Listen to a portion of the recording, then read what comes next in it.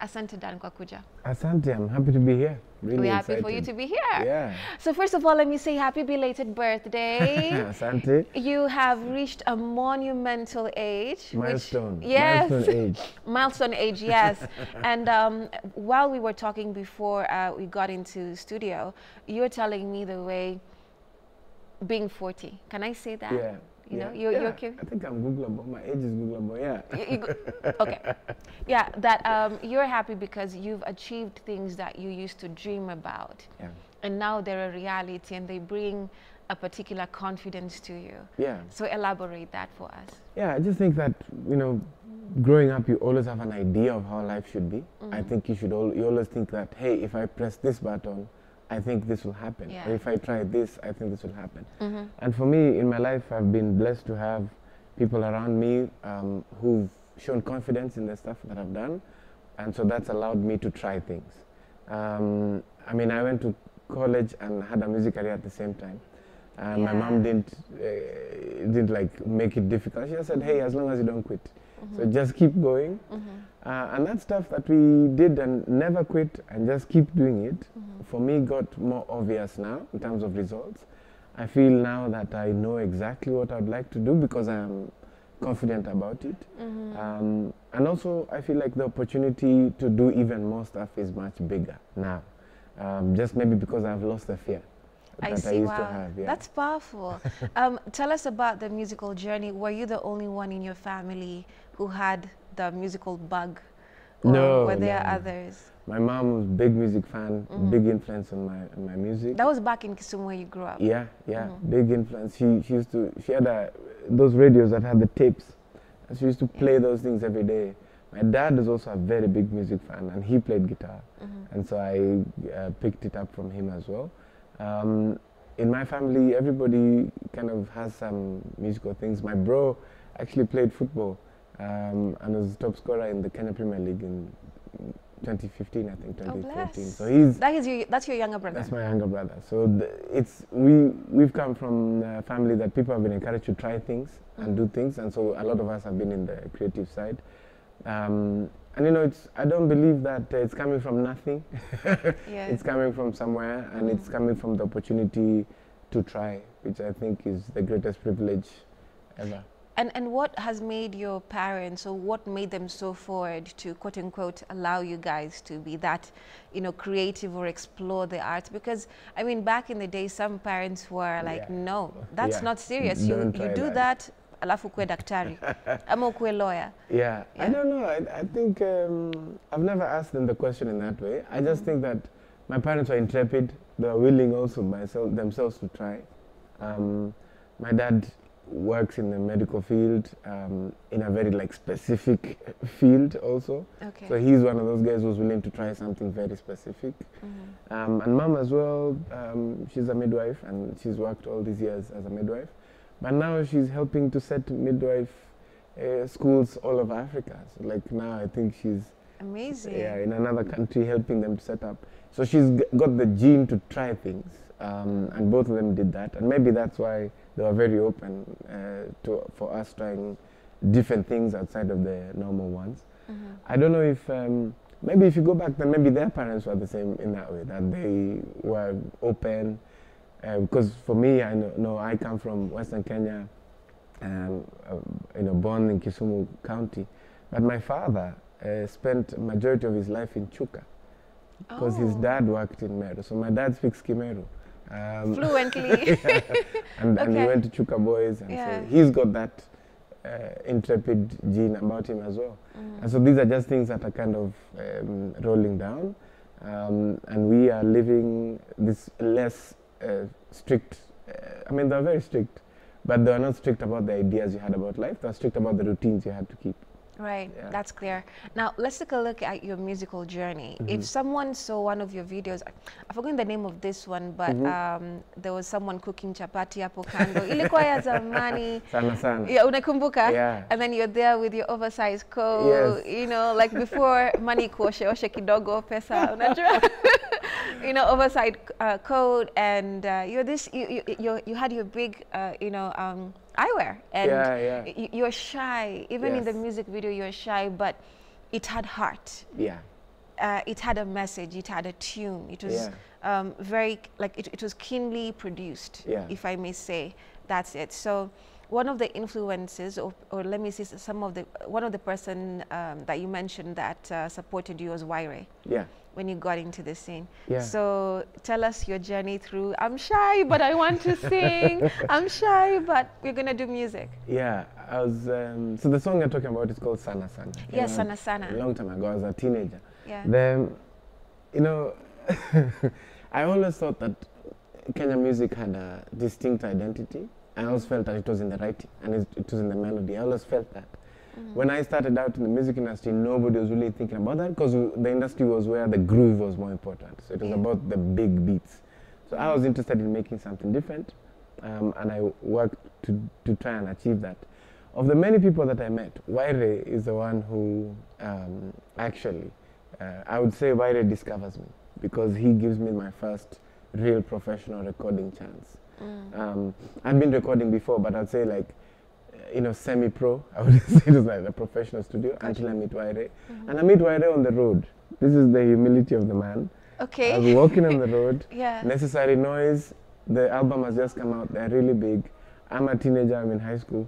I walk across the road to say hi to my idol, and I tell him, hey, I want to be a musician.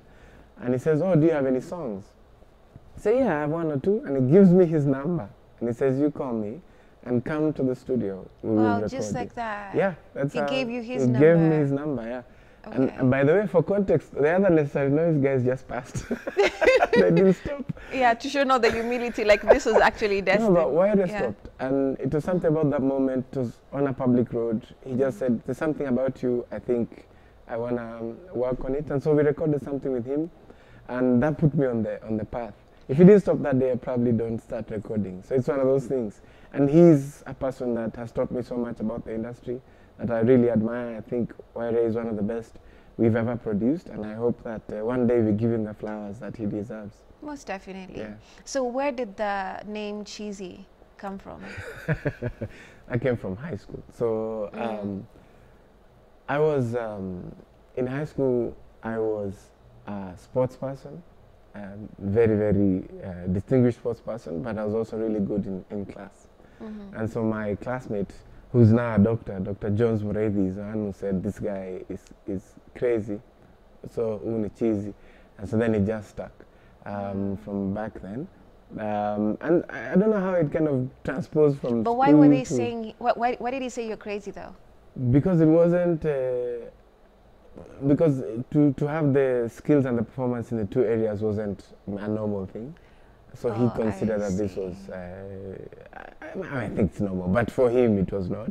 And so he started this thing, and then everybody picked it up, and it kind of crossed my life. So I came from high school, went to church, and then from church I couldn't stop it because by the time I'm releasing my first album, I'm really a church boy through and through, and the church knew me as Cheesy, and so then that's what happened. Lakini nikuulize Dan, you know, church, they didn't tell you, unajua ile kitu unajiita ndio utakuwa, because like they'll tell you your name is something, oh unajiita ni kama akili yako iko sawa, you know, they didn't tell you that, or they didn't tell you to. I don't think it didn't have that ring of madness. I think it had the ring of eccentricity, so which is how they took it. So it didn't become a problem. Church was a great space for me for a period of time. Yeah, I grew a lot in church.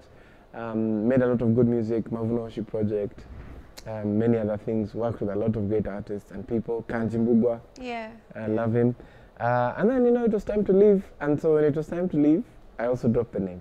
So that's like, I see. Yeah, because this was part of the identity. When did you know? When did you know that it was time to evolve from that space? And then also, you know, it's quite it's quite a catch-22. Yeah. Because church is like a normal, you know, day-to-day, quote unquote, if I may say that.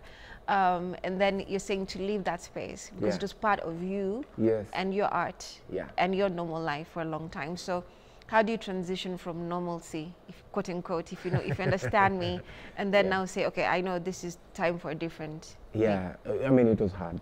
It was hard. My exit from church was a hard exit, not because I don't think I was ready to leave, but then it was time to leave. and so everything. It's about comfort. It was about vision. It was about whether I saw myself achieving any more in this space, or whether we have reached the end. And listen, I start performing in church when I'm 7 years old. Yeah. So by the time I'm leaving at 24, 25, I've really seen it all. There's nothing that I hadn't seen, and it was deep in my soul. I knew I've got to try attack this life thing, this music thing in a different way. And so yeah, it was time to leave, and then I left.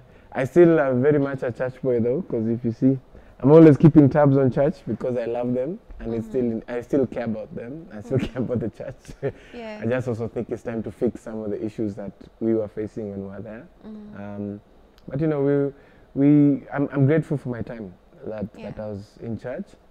Like I said, and I like to say this, church is the best school, especially for music and the arts, because they give you an audience every week, and they give you space to rehearse every week. And it's the best school you can attend. So that's why we keep hearing the great Whitney, Mariah, and the like. Yeah, you're performing all every began. Sunday. Sometimes you're performing 4 times a week. Yeah. You know, the Tuesday service, all those things. Church is the best. It's the best school. So we just need to fix things around it, but that's the best place to be. Okay. Yeah. So we are 24. You have evolved, and now you are trying to do different things with yourself. Yeah. So there's a level of confidence that is different from what you had, which is more, Yeah. even though you may have some reservations or fear. Yeah. So what is that phase that now you went into after this evolution? Yeah, I think it started slightly earlier than 24, but the critical thing, if you're asking me what was the thing that was driving me to the next step, the critical thing was the people that I had around me at that time who basically could show me the ropes for where I wanted to go. And so this was Eric Wainaina, Kanji Mbugwa, people like Pastor Majid, who's at Nairobi Baptist Church, because they gave me an opportunity to see the next step. And it was very, I know right now people talk about mentorship, but for me it was real, because I was with them every single day. And they were really, really helpful. Yeah. For instance, Kanji, when I went to Kijiji Records, again, I was still a teenager, the first thing he made me do was to write a list of 150 people who I knew would like my music, who I knew and I thought would like my music. 150? Yes. So I needed to write 150 people, and with their names and emails. So that meant that I had to talk to everyone who I thought was going to be interested in my music, and I had to ask them for their email. Yeah. But I promise you, that list has been such an important part of my life, because even today, if I announce a gig today, if I said I was playing tomorrow, that 150 person list is usually the first 100 tickets. Really? Yes, they are usually the first guys to say, we're coming. And it's everyone on the list? Everyone on the list has stayed in general. The list has grown, of course. Yeah. So the list is way more now. Yeah, but now initially from the but 150. those guys are always there. Yeah. I even know who's coming. Like I know from the day of the week, I know from the location of the gig, who's most likely to come. And so that was a fundamental principle of community building that Kanji taught me way back then. That if I didn't learn, you can't make a music career. Because I was also trying to make a music career that was on alternative music. I was not making a music career in pop. So in alternative, it's about the community. It's about the people that you can convince to come and listen and buy. To build that, you just have to talk to people one by one. That is interesting. Yeah. And one of your mentors, we're going to fast forward into the present a bit, because I'm appreciating what you're saying right now. That's make me go into summer box. Yeah. So I'm going to throw for our audience just a little. Let's go to 2020. Yeah. COVID has happened. You have a studio now that you had established. Yeah. Now you have different people who want to record things. Yes. Podcasters coming to you and you're like, what is this podcasting thing you guys are talking about, you know? So why I'm saying that is because I want you to elaborate the aspect of community, because Summer Box has a community dynamic that you now got out of understanding the power of podcasting. Yeah, so let's go back and then. Yeah, 2020 is an interesting time. Of course, yeah, I had a recording studio, a music recording studio, that, you know, I'd been building for long. Right. And then COVID happens and they say you can't have more than, was it 10 people or 8 people in a room? Yes. And so, hey, we can't record music anymore because a band is 6 people, the crew, so we're going to be over. Yeah. So we knew we had to close the studio, which was a sad thing. And I was part of a community called the Baraza Media Lab, which is a space for media and creative economy people. And so it's just a community space and a co-working space. And so I go over there to kind of hang out, and I speak to my old friend Christine Mungai, who is the curator, and I also speak to Maurice Otieno, who is the executive director, and they're talking about podcasters. And when we had closed the studio, I had 2 or 3 friends who I was recording, and they were doing something called a podcast. At the time, to be very honest, I didn't understand what they were doing, because I found it really strange. I'd record them for an hour, they were just talking, and then I'd just give it to them without music or anything. They'll just say, give us, and we'll post it. Yeah. And I didn't understand. But I'd been doing it like a few years. Even during COVID, I was recording it in my house. And so then there's a little bit of pressure, because the podcast is like, hey, we want to record more. But I'm like, hey, there's COVID. You can't just rock up at the house anyhow. And then they're saying we want to bring other people. So I'm under pressure, because I don't really want to open my house to more people, because I don't know anything about COVID and everybody's scared. And then I go to Baraza, and Baraza is like, hey, we have a lot of calls from podcasters who are saying that they would like a space to record, because people don't want to be recording in houses. Yeah. So it was kind of a natural symbiosis. So we said, okay, let's try something. Let's set up a studio here, a temporary studio. People can come in and record, and then we'll edit it, and let's just have that be the thing we do. So we started to do that. And you know, we had too many people, so we started to put a calendar. Then we still had too many people. And then we added a price to it, and then it became even more people, because apparently the price made it more credible or something. And then we had more people, and we, you know, sat back and said, okay, maybe we should build a business around this. This is a service that people are interested in. And so that's how we began.